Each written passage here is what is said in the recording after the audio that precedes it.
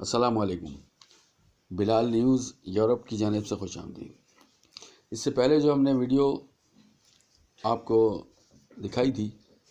10 سے 15 روز پہلے، ہمارا کہنا یہی تھا کہ 10-15 روز کے اندر اگر آذربائیجان کی فوج جتنے علاقوں میں قبضہ کر سکتی ہے اپنے واپس لے سکتی ہے وہ لے لے، ورنہ اس کے بعد جو ہے وہ رشیا آ جائے گا اور اس کے بعد جو ہے وہ بہت اسٹرکٹلی جو ہے نا وہ آرڈرز دے دیے جائیں گے اور آذربائیجان کے لیے اتنا آسان نہیں ہوگا۔ ابھی صورتحال یہ بنائی گئی ہے، ایک طرف تو آذربائیجان کو ٹیبل ٹاک کے لیے راضی کیا گیا، بتایا گیا کہ عالمی جنگ جو ہے وہ سر کے اوپر منڈلا رہی ہے، اس لیے آذربائیجان کی جو انتظامیہ ہے ان کی نیت صاف تھی، اس لیے وہ ٹیبل ٹاک کے لیے بیٹھ گئے۔ لیکن ٹیبل ٹاک کے بھی کچھ اصول ہوتے ہیں، اگر کسی کی چیز ہے اور وہ واپس مانگ رہا ہے تو وہ اس کا حق ہے۔ یونائٹڈ نیشن کے چارٹر کے حساب سے بھی اور پوری دنیا جانتی ہے کہ یہ تمام علاقے جو قرباخ کے ہیں وہ آذربائیجان کے حصہ ہے اور آذربائیجان اس سے دستبردار نہیں ہو سکتا۔ 30 سال سے یہاں پر جو ظلم و ستم ہوا اس سے قبل ہوا ہے اس کی ساری مثالیں موجود ہیں، حوالے موجود ہیں، تمام دنیا کو یہ معلوم ہے۔ ایسا بربریت کا نشانہ بنایا گیا ہے انسانوں کو وہاں پر، یہاں تک کیا گیا ہے کہ بڑے بڑے پائپوں کے اندر بچوں کو ڈال کے اور بند کر کے اور نیچے سے آگ لگا دی گئی ہے، سامنے برہنہ کر کے لاشیں پھینک دی گئی ہیں بچوں کے ساتھ اور غریبوں ضعیفوں کے ساتھ بدسلوکی کی گئی ہے سامنے کھڑا کر کے ان کے رشتہ داروں کے،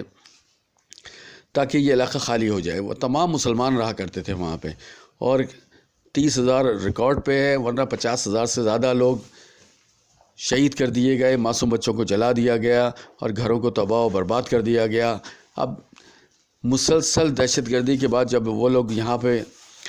آذربائیجان کے اندر آئے واپس اپنے ملک کے دوسرے حصے میں، تو یہاں پر سینکڑوں نہیں لاکھوں کی تعداد میں لوگ آباد ہیں اور ابھی تک رہ رہے ہیں۔ تو کہتے یہ ہیں کہ وہ علاقے جو ہے وہ آرمینیا کے کرسچن لوگ وہاں رہتے ہیں، یہ حقیقت نہیں ہے کہ وہ علاقہ جو ہے کرسچنوں کا ہے۔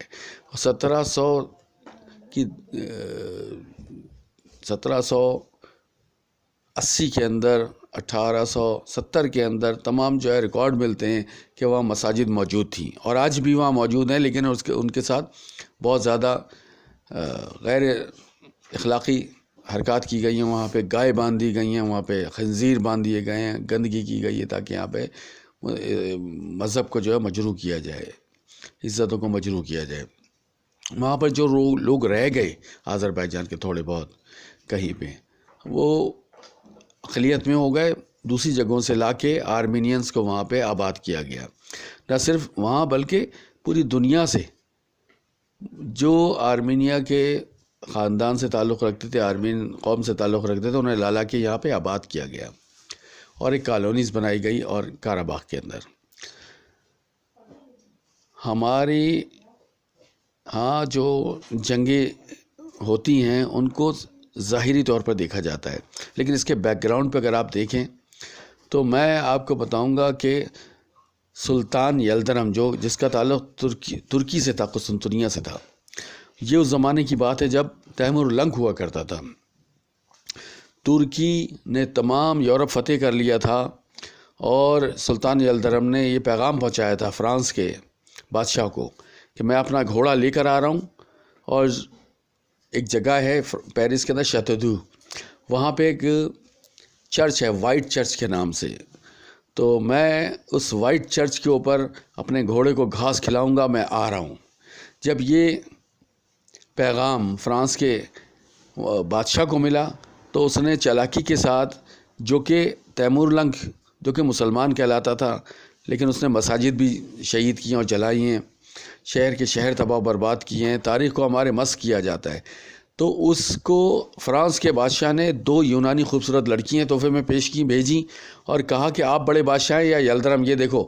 یلدرم جو ہے نا پورے یورپ کو فتح کرتا ہوا یہاں ہمارے تک پہنچ رہا ہے اور اس کی فوجیں یہاں پہنچ چکی ہیں، اور خبر یہ دی کہ اس وقت وہ قسطنطنیہ میں یا استنبول کے اندر جو ہے نا اکیلا ہے، اتنی فوج کی تعداد اس کے پاس نہیں ہے، تمام فوجیں اس نے ہماری طرف بھیج دی ہے، اگر آپ وہاں حملہ کریں تو وہ بھی آپ کو قبضے میں لے سکتے ہیں۔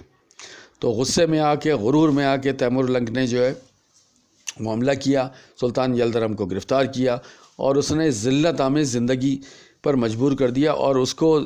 زبردستی اپنے محل کے اندر شراب پلانے کے اوپر مامور کیا اور ذلت اور مارتا رہتا تھا، ظلم کرتا رہا، جس کے بعد سلطان یلدرم وہیں پہ شہید ہو گئے اور انتقال فرما گئے۔ اب یہ وہ تاریخ تھی جب مسلمان پوری دنیا پہ قابض ہو سکتے تھے، تھوڑی سی جگہ رہ گئی تھی، اور لیکن غداری مسلمانوں کے اندر سے ہوتی ہے۔ آج بھی وہ صورتحال ہے کہ ایک طرف تو آذربائیجان کو اس بات پر راضی کیا گیا کہ وہ ٹیبل ٹاک پر آ جائے، اسی وقت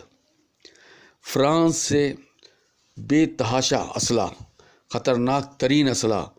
اور وہ اسلحہ عام جنگی جہازوں میں نہیں بلکہ جو سول ایویشن کی، یعنی جو سیٹیں ہوتی ہیں، لوگ بیٹھ کر ادھر سے ادھر سفر کرتے ہیں جہاز، ان جہازوں کے اندر بھر بھر کے جو ہے اسلحہ وہ آرمینیا پہنچایا جا رہا تھا، روس سے بھی پہنچایا جا رہا تھا، ایران کے راستے بھی آ رہا تھا، اور فرانس کا اسلحہ بھی آ رہا تھا فرانس سے، اور ایک ایک دن کے اندر 24 فلائٹیں وہاں پہنچی ہیں اسلحے سے بھری ہوئی، خطرناک ترین اسلحہ۔ یہ اسلحہ یہاں پہ کس پر استعمال ہوگا؟ ہمیں اس بات کا جائزہ لینا پڑے گا کہ صورتحال کیا بن رہی ہے، اللہ تعالیٰ کو اس علاقے سے کیا منظور ہے۔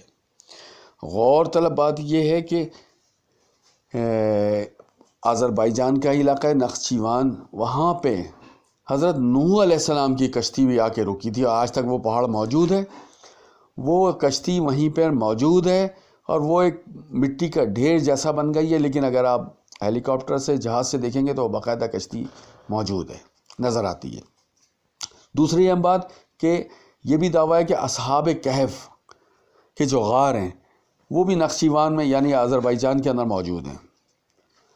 یہ بھی پتہ ہے کہ یہاں پر ایک مہدی آباد علاقہ ہے آذربائیجان کے اندر ہی، تو امام مہدی کا ظہور کہاں سے ہوگا یہ کسی کو بھی نہیں معلوم ہے۔ اصفہان کا علاقہ پورا کہلاتا تھا۔ نمبر 2، رسول پاک صلی اللہ علیہ وسلم نے بتایا کہ جب دجال کا دور ہوگا تو اس میں اصحاب کہف کے نام فائدہ مند ہوں گے، ان پر وہ حملہ نہیں کر سکے گا، نقصان نہیں پہنچا سکے گا، اور سورہ کہف کی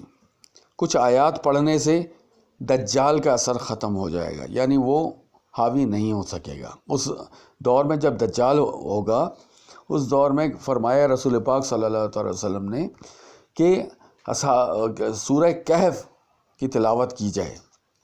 یہیں پہ اصحاب کہف کے غار بھی موجود ہیں، یہیں پہ کشتی نوح بھی موجود ہے، اور یہیں پہ مسلمانوں کی ایک عالمی طاقت واپس آ رہی ہے۔ عالمی طاقت ہے ترکی کا سلطنت عثمانیہ کا جو دور تھا، اس نے اعلان کیا ہے 23 میں، ابھی ہے 20، یعنی 2 سال کا وقفہ ہے، اس کے بعد جو ہے وہ سلطنت عثمانیہ کو دوبارہ بحال کیا جائے گا۔ سلطنت عثمانیہ کی بحالی کے لیے پاکستان نے اس کا ساتھ دینے کا کر دیا ہے، اللہ کا لاکھ لاکھ شکر ہے، اور اس کے علاوہ اور ترکمانستان اور دوسرے ممالک ہیں، وہ ترکی کے بھائی کہتے ہیں اپنے آپ کو، ترکی قوم کہتے ہیں اپنے آپ کو، آذربائیجان بھی جو ہے ترکش قوم کہا جاتا ہے ان کو، تو یہ الائنس میں آ گئے۔ ابھی صورتحال یہ بن رہی کہ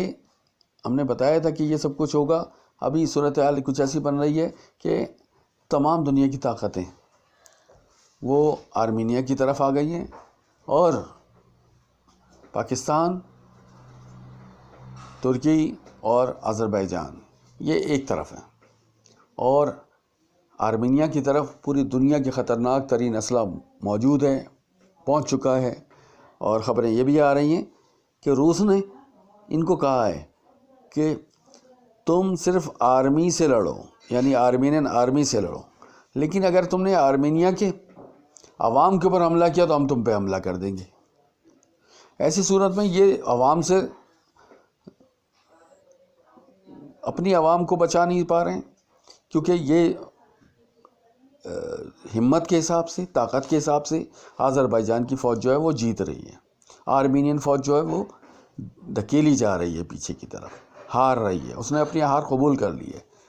اس کو بلیک میل کرنے کے لیے انہوں نے